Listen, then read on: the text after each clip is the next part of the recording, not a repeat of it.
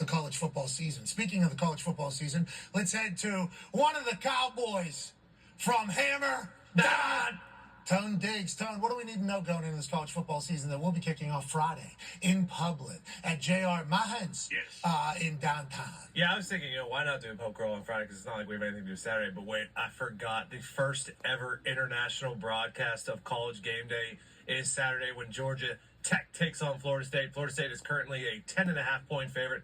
That one opened up around 13, so it has crept down the shops, okay, like Georgia Tech. Haynes King comes back. He had 37 touchdowns last year. Total touchdowns. They don't like him to win.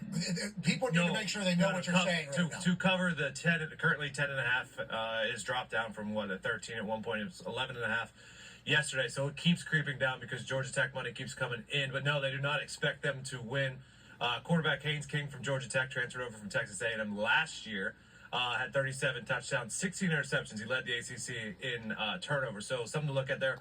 They did average 30 points per game on offense. They returned basically all of their returning offense, Georgia Tech. Florida State, bringing DJ Yu from Oregon State, who was at Clemson before then.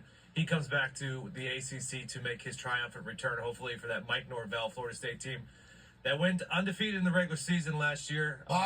So they played for the national championship then? No, Jordan Travis got hurt, and the offense looked like poop the last couple of weeks when they had second and third string quarterbacks in there. So they didn't make the college football playoff. Some people agree with that decision. I do. It was the right decision. Just to be clear, we would like to go on the record yet again for the Florida State people. We very much understand why you guys are pissed. Correct.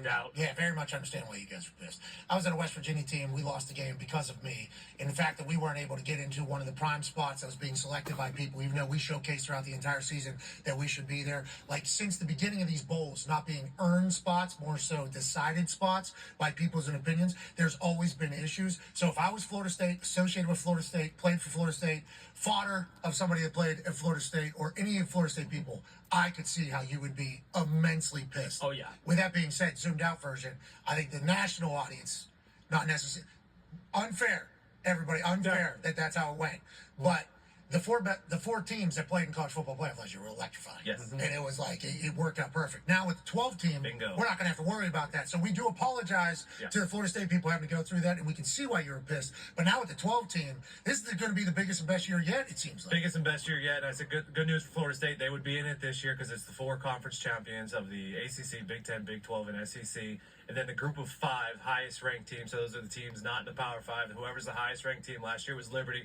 So Liberty would be in this year, and then everyone else rounds out the top 12. It's going to be amazing. Can't wait to get started. We'll be heading to Ireland. Speaking of getting started, it's almost that time to join alongside another show that is live at the same time on a different platform. Now, our show is on YouTube, ESPN Plus, and obviously ESPN.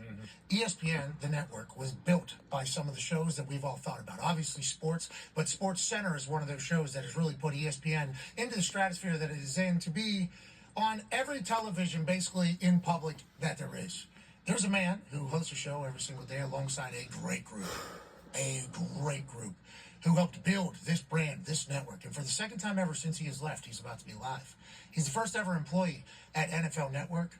Ladies and gentlemen, the man who's always been incredibly kind to us. He's got a bald head, but he can run a 40. Amen. Rich Eisen. Yeah. See, you clapped your right.